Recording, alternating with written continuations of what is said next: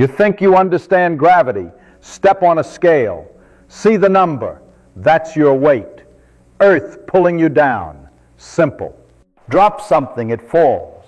Moon orbits Earth. Planets circle the sun. Objects with mass attract each other. Newton figured it out centuries ago. The so-called force of gravity seems easy to understand. Simple even. Wrong. Not a little bit wrong. Fundamentally wrong about what's actually happening. Because gravity isn't a force at all. And when you finally see what gravity really is, when you really see it, the whole universe starts to look different. Let me show you. Stand up right now. Feel your weight. What are you feeling? You say, gravity, Earth pulling you down. But think about the actual sensation. The floor pressing against your feet, pushing up. That's what you feel. The floor pushing. This mysterious pull everyone talks about, you never feel it, not once. You only feel the push, always pushing up, never pulling down. So where's this pull? And here's something stranger. The moon is falling toward Earth right now, has been falling for billions of years, but it never gets closer, just circles, always falling, never landing. What kind of pull works like that? A pull that pulls forever, but never pulls anything in. And according to Newton, that pull happens instantly. Move Earth and the moon feels it immediately across 240,000 miles of vacuum, instantly. How? What carries the message? What's the mechanism? Newton himself couldn't explain it. He called it action at a distance and admitted he didn't understand how it worked. But the mathematics was beautiful. The predictions were perfect. So people stopped asking uncomfortable questions. They shouldn't have stopped. Go back several centuries. Nobody understood how planets moved. Copernicus said they orbit the sun. Fine. But how? What paths do they follow? Tycho Brahe built an observatory and spent decades recording planetary positions, night after night, year after year, measuring angles with brass instruments to fractions of a degree. Why such precision? Because you can't understand nature by guessing. You have to look. Measure carefully. Write down exactly what you see. That's where real science begins. His data reached Johannes Kepler. Kepler wanted to find the shape of planetary orbits. He tried circles. The predictions were close, but Mars was off by 8 arc minutes, 8/60ths of a degree. Most people would shrug that off as measurement error, but Kepler knew Tycho's precision. That man didn't make 8 arc minute errors. So Kepler threw out his theory and started over. After years of work, he found it. Ellipses. Planets move in ellipses, with the sun at one focus. Perfect match to the data. Beautiful. But it raised a bigger question. Why ellipses? Meanwhile, Galileo was doing simple experiments, rolling balls down ramps. Sounds trivial, but watch what happens. Roll a ball down an incline. It speeds up. Let it roll onto a flat surface. It keeps going, doesn't stop immediately. Now imagine you could eliminate all friction. What would happen? The ball would roll forever. Same speed, same direction, forever. This bothered people. Surely motion requires a continuous push. Surely things naturally come to rest. No, that's backwards. Motion is natural. An object moving in a straight line doesn't need explanation. That's the default state. What needs explanation is change. Slowing down, that's friction. Speeding up, that's a push. Changing direction, that's a sideways force. This is inertia, the first law of motion, and it creates a puzzle. Planets should move in straight lines. That's their natural state, but they don't. They curve. Their paths bend continuously toward the sun. Something must be deflecting them every instant. What? Isaac Newton saw it clearly. Planets want to go straight. That's inertia. But they curve. Something changes their motion constantly. He called it gravity.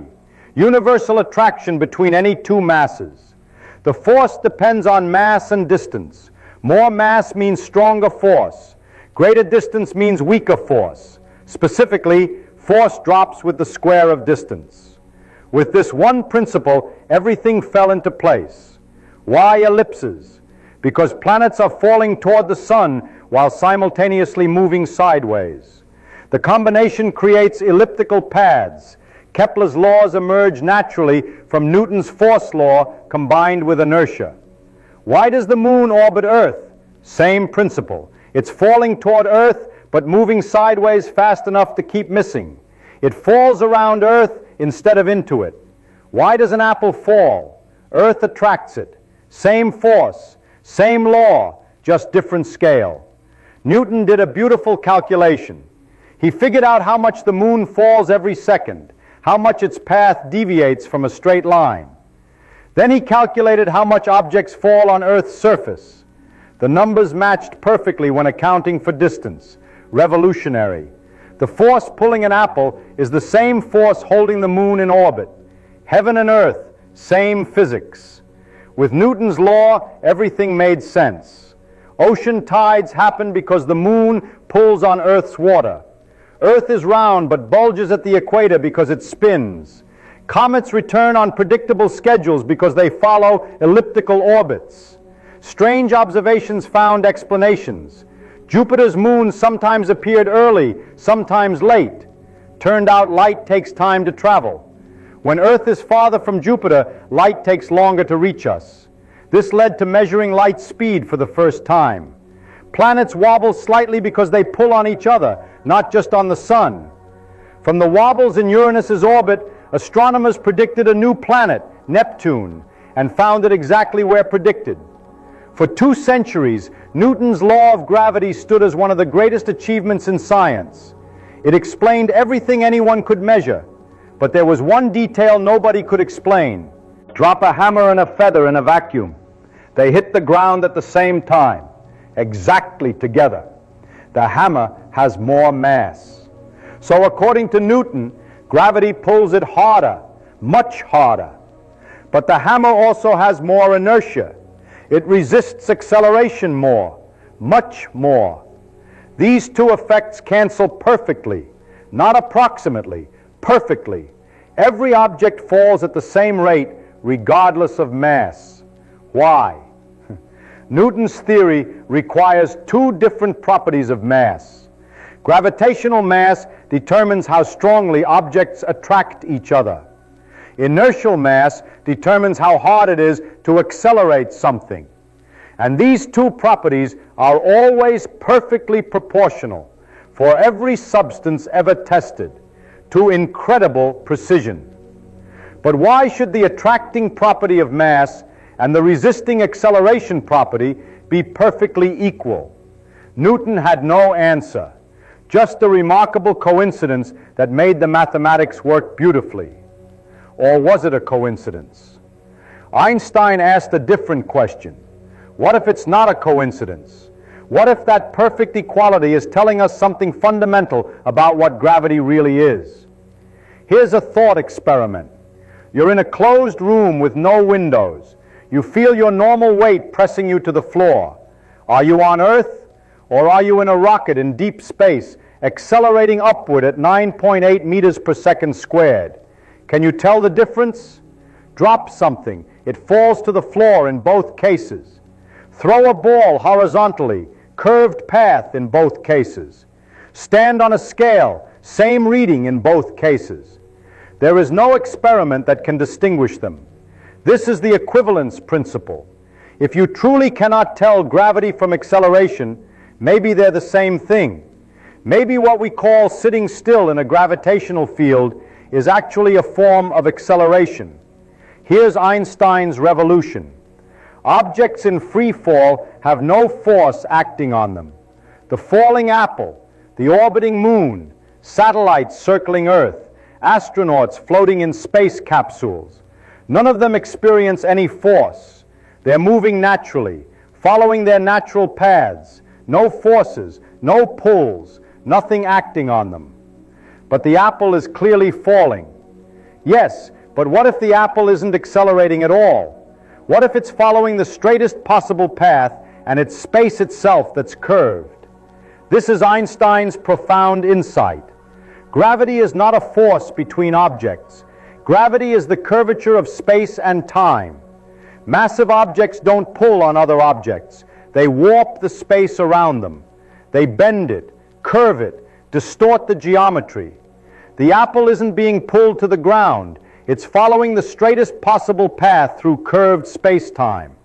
But space-time near Earth is curved, so straight points toward Earth's center.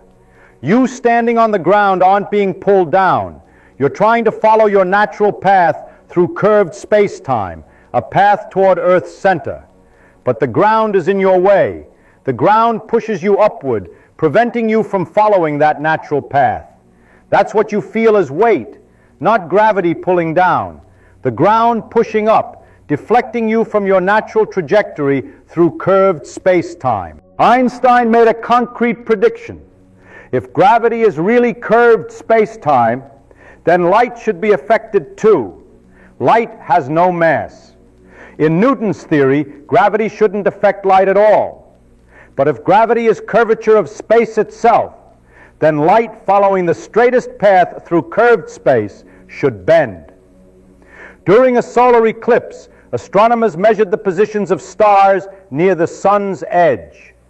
The stars appeared displaced from their true positions. The starlight had bent, passing near the sun, exactly as Einstein predicted. This is gravitational lensing. We see it in observations all the time now. Massive objects bend light from more distant objects behind them, creating distorted images. Direct evidence that space itself curves in the presence of mass. Astronauts in orbit look weightless, floating around. Zero gravity up there, right? Wrong. The gravitational field at the altitude of satellites, a couple hundred miles up, is almost as strong as here on Earth's surface, about 90% as strong. So why do astronauts float? Because they're falling. The capsule is falling. Everything is falling toward Earth constantly. But they're also moving sideways very fast, about 17,000 miles per hour. As they fall, Earth's curved surface falls away beneath them. They keep missing. They fall around Earth instead of into it. Everything falls together at exactly the same rate. So there's no sensation of falling, no weight, no sense of up or down. It feels exactly like floating in empty space, far from any mass. This is equivalence in action. Free fall in a gravitational field feels identical to floating freely in empty space because they are the same thing. In free fall, no force acts on you. You're following the natural geometry of curved space-time. Think of Earth's surface. It's curved, but standing on it, it looks flat to you. And here's something remarkable. Why is Earth round in the first place? Because of gravity, but not in the way you think. It's not that some force is pulling everything toward the center, molding Earth into a sphere. It's that space-time around Earth's mass is curved equally in all directions. Every piece of rock, every drop of water is trying to follow the straightest path through that curved geometry. And when everything follows those curves from all directions equally, you get a sphere. The only shape where every point on the surface is the same distance from the center. Earth is round because that's what happens when matter follows curved space-time. The shape emerges naturally from the geometry. An ant walking what it thinks is a straight line on that curved surface actually follows a curve. But from the ant's perspective, it's going perfectly straight. That's what's happening with everything near Earth, except it's not just space that's curved, it's space and time together, space-time. Massive objects create curves in space-time, depressions, wells, distortions. The sun creates a deep well. Earth creates a smaller one.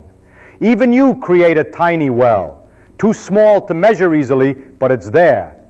Objects moving near these wells naturally follow the curves, not because anything pulls them, because they're following the straightest possible paths through curved geometry. The moon orbits Earth because it's following the natural geometry of curved space around Earth. That geometry makes the straightest path into a circle. An apple falls because it's following curved space-time near Earth's surface. In that curved geometry, straight ahead through time points toward Earth's center. When you throw a ball, it follows a parabola, not because gravity pulls it down, because it's moving through curved space-time, and the straight line in that curved space looks like a curve to you. You're standing right now. You feel weight. In Newton's picture, gravity pulls you down and the floor pushes you up. Two forces balanced.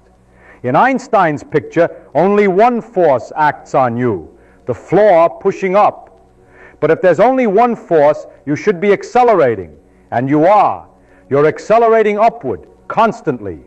The natural path through space-time points toward Earth's center. That's the free fall trajectory. But the floor is in your way. It pushes you upward, deflecting you from that natural path.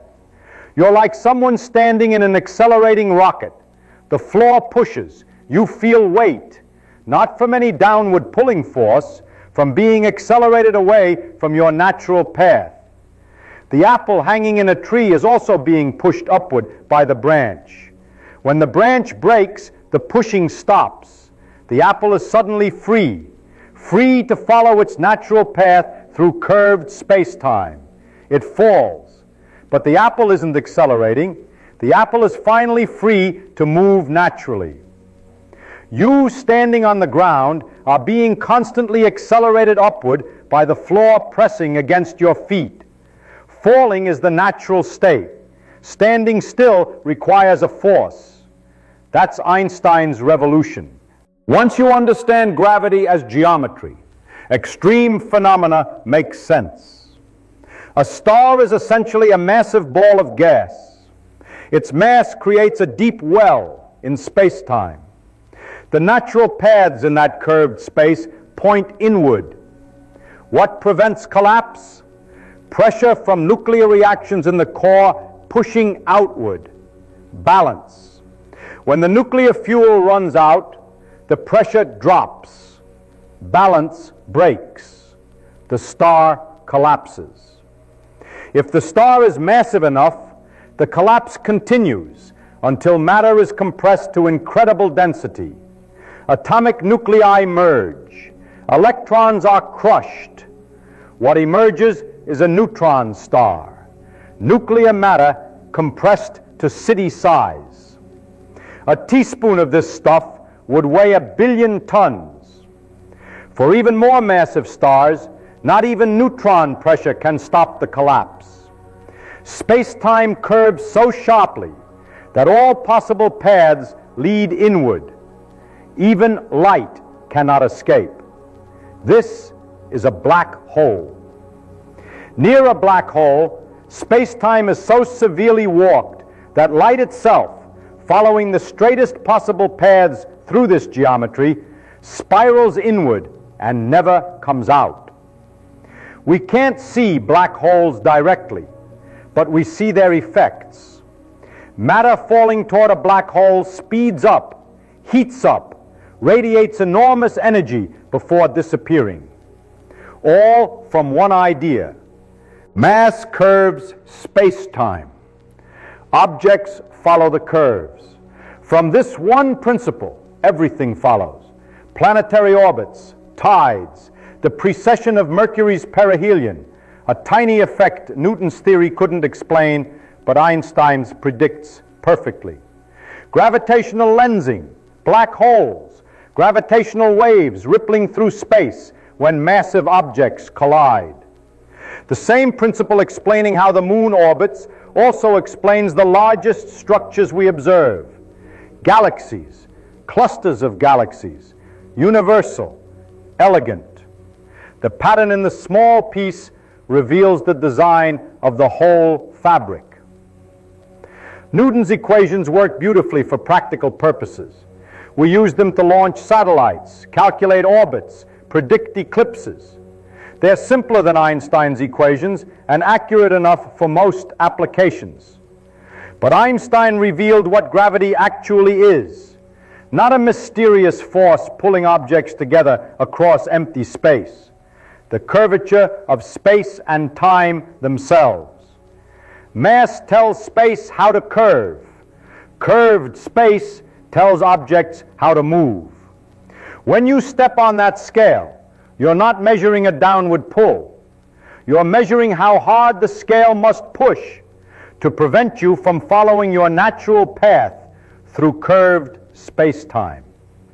When you watch something fall, you're seeing an object finally free to follow the geometry that mass has woven into the fabric of reality.